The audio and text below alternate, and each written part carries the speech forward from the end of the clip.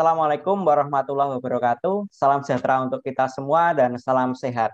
Ketemu lagi dengan saya pada mata pelajaran Praktikum Akuntansi Perusahaan Jasa, Dagang dan Manufaktur untuk kelas 11 SMK Kompetensi Keahlian Akuntansi dan Keuangan Lembaga. Pada video yang lalu kita telah belajar terkait dengan karakteristik perusahaan dagang. Oleh karena itu, pada pertemuan ini kita akan belajar terkait dokumen sumber dan dokumen pendukung pada perusahaan dagang. Seperti pada perusahaan-perusahaan jasa maupun manufaktur, pasti dalam siklus akuntansi perusahaan dagang diawali dengan yang namanya transaksi. Transaksi adalah sebuah kegiatan ekonomi yang mempengaruhi aset, liabilitas, dan ekuitas pada sebuah perusahaan. Nah, dalam transaksi itu pasti dibuktikan dengan yang namanya bukti transaksi. Bukti transaksi ini ada yang menyebutnya sebagai dokumen transaksi dan terdiri dari dua macam, yakni dokumen sumber dan juga dokumen pendukung. Nah, bukti transaksi ini yang kemudian dikumpulkan oleh akuntan untuk menjadi dasar pencatatan pada jurnal. Kalau sebelumnya di siklus akuntansi perusahaan jasa kita hanya mengenal jurnal umum, tetapi di perusahaan dagang ada dua macam jurnal, yakni jurnal umum dan juga jurnal khusus. Nah, kalau jurnal khusus itu terbagi dari 4 ya. Ada jurnal pembelian, jurnal pengeluaran kas, jurnal penjualan, dan juga jurnal penerimaan kas. Nah, dari jurnal ini kemudian diposting atau dilakukan pemindah bukuan ke buku besar. Ciri khas dari perusahaan dagang ini ada dua macam buku besar, yakni buku besar utama dan buku besar pembantu. Buku besar pembantu ada dua macam, buku besar pembantu utang dan buku besar pembantu piutang. Setelah dilakukan posting di buku besar, maka dilakukan pencatatan saldo pada neraca saldo. Kalau di perusahaan jasa, kita hanya mengenal neraca saldo saja, tapi kalau di perusahaan dagang ada yang disebut sebagai daftar saldo utang dan daftar saldo piutang. Setelah itu akan ada transaksi penyesuaian sebagaimana telah kalian pelajari di perusahaan jasa. Setelah dilakukan penyesuaian, maka dilakukan proses di worksheet atau kertas kerja. Dari kertas kerja didapat data terkait dengan akun-akun yang termasuk akun nominal dan termasuk akun real, yang itu nanti sebagai bahan untuk menyusun laporan keuangan. Di dalam perusahaan dagang, sebagaimana pada perusahaan jasa, laporan keuangannya itu sama, hanya bentuknya dan juga akun-akunnya yang berbeda. Ada 5 macam laporan keuangan. Yang pertama adalah laporan laba rugi, kemudian laporan perubahan ekuitas, laporan posisi keuangan, laporan arus kas, dan catatan atas laporan keuangan. Akan tetapi pada jenjang SMK kita hanya belajar 4 laporan keuangan, yakni laporan laba rugi, laporan perubahan ekuitas, laporan posisi keuangan, dan laporan arus kas. Setelah itu akan dilakukan penutupan ya, yang namanya jurnal penutup. Bagaimana kemarin kita telah membahas di akuntansi perusahaan jasa. Setelah itu ada neraca saldo setelah penutupan, dan di awal periode kita kenal ada jurnal pembalik. Nah, dalam 1 semester ke depan kita akan mempelajari siklus akuntansi perusahaan dagang ini secara berkesinambungan. Kalau pada pertemuan ini kita hanya berfokus di sini, di bukti transaksi.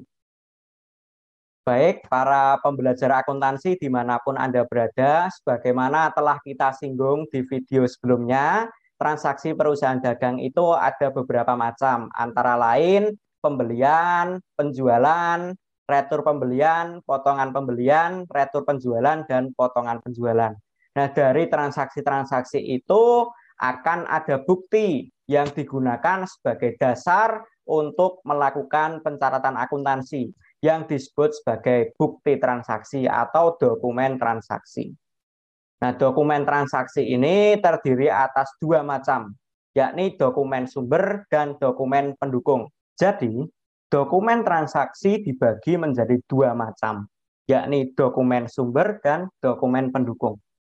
Dokumen sumber itu biasa disebut sebagai source dokumen, yakni dokumen yang berisi catatan atau informasi yang akan digunakan sebagai data masuk dalam sistem informasi akuntansi. Sedangkan kalau dokumen pendukung itu digunakan sebagai validasi yang melampiri dokumen sumber sebagai bukti bahwa bukti transaksi atau dokumen sumber itu benar-benar merupakan bukti transaksi yang sah dan meyakinkan. Sebagai contoh seperti ini, ada bukti kas keluar pembayaran pajak. Misalnya ada bukti kas keluar, itu kan sebagai dokumen sumber. Nah, di situ tertera bahwa perusahaan mengeluarkan kas untuk membayar setoran pajak. Nah, dengan bukti kas keluar itu kurang meyakinkan kalau tidak didukung dengan dokumen pendukung yang memvalidasi dari dokumen sumber berupa bukti kas keluar itu. Maka diperlukan dokumen pendukung, yakni surat setoran pajak.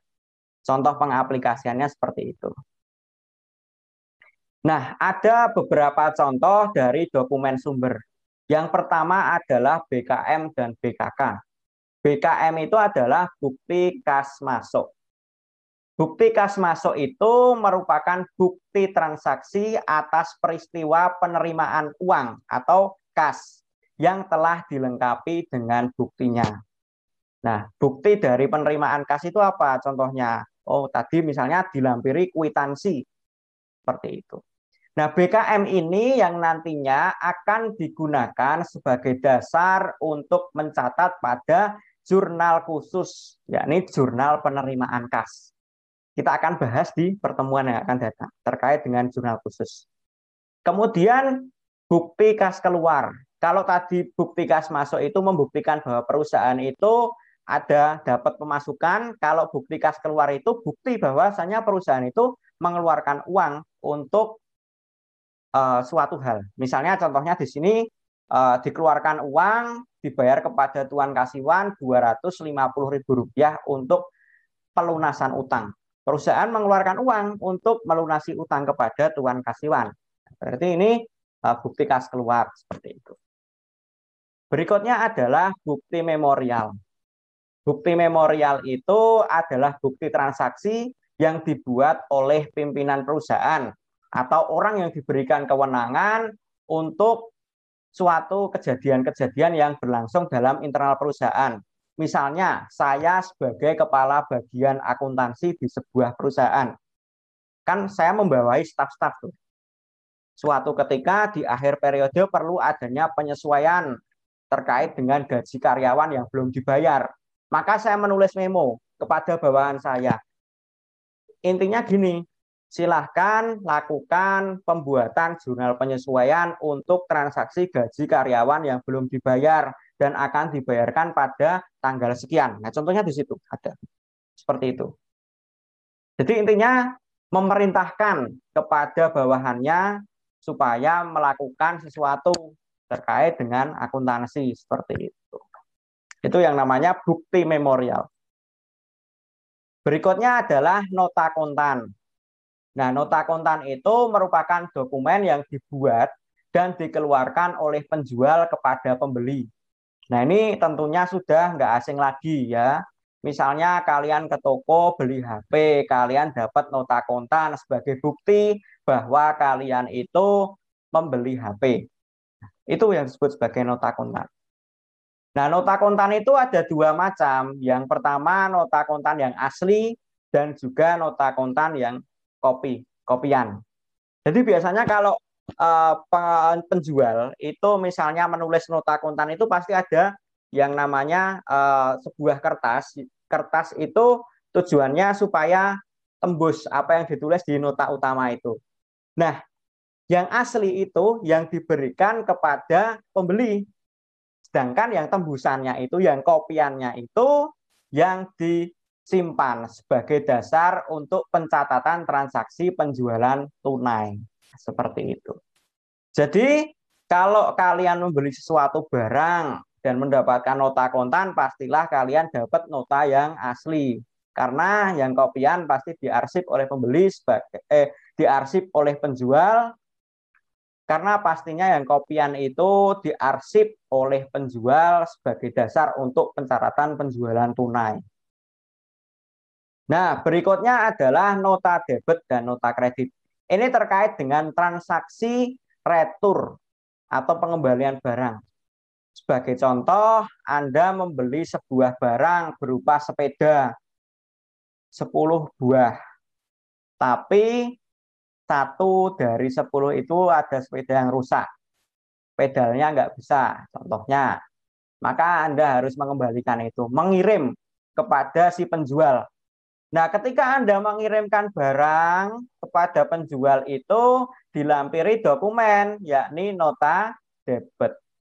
Nah, nota debit itu adalah dokumen transaksi sebagai permintaan pengurangan harga kepada pihak penjual, ya. Bahwasanya barang yang dibeli itu tidak sesuai dengan pesanannya, rusak atau cacat. Nah, nota kredit itu kebalikannya. Jadi setelah penjual itu menerima barang kembali dari si pembeli, maka dia akan melampirkan bukti transaksi berupa nota kredit. Sebagai apa? Sebagai alat persetujuan dari pihak penjualan bahwa dia bersedia mengabulkan permohonan dari pihak pembeli untuk melakukan pengurangan harga karena barang yang dipesan itu rusak atau tidak sesuai dengan pesanan. Seperti itu. Kemudian berikutnya adalah faktur. Nah, faktur ini merupakan bukti transaksi yang menyatakan terkait dengan barang yang dibeli atau yang dijual secara kredit. Kalau tadi nota kontan itu membuktikan bahwa terjadi penjualan atau pembelian secara tunai, kalau faktur itu secara kredit, seperti itu. Nah, kemudian berikutnya adalah dokumen pendukung, yang mana itu memvalidasi atau membuktikan validnya dokumen sumber dari transaksi yang sebelumnya, yang kita bahas sebelumnya itu. Nah, biasanya adanya bukti kas masuk atau bukti kas keluar itu pastinya dilampiri dengan kwitansi.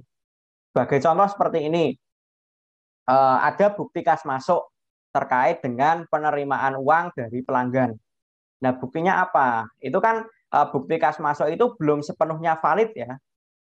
Harus didukung dengan kwitansi yang menyatakan oh benar-benar terjadi penerimaan uang dari pelanggan. Seperti berikutnya adalah cek. Nah, ini salah satu dokumen pendukung ya. Cek itu adalah perintah pembayaran yang dibuat oleh pihak yang mempunyai rekening di suatu bank dengan tujuan agar bank tersebut membayarkan sejumlah uang yang jumlahnya tertera di cek itu kepada orang yang membawa surat cek itu atau yang namanya tertulis di cek tersebut. Seperti itu. Contoh lain misalnya ada biliet giro, kemudian slip setoran, terus slip penarikan, ada surat setoran pajak. Nah, itu contoh dari dokumen pendukung seperti itu. Oke, sekian pemaparan dari saya terkait dengan materi dokumen sumber dan dokumen pendukung transaksi perusahaan dagang. Untuk selanjutnya kita akan membahas terkait dengan jurnal khusus di perusahaan dagang. Tetap semangat, salam sehat, semangat belajar, semoga sukses. Saya akhiri, wassalamualaikum warahmatullahi wabarakatuh.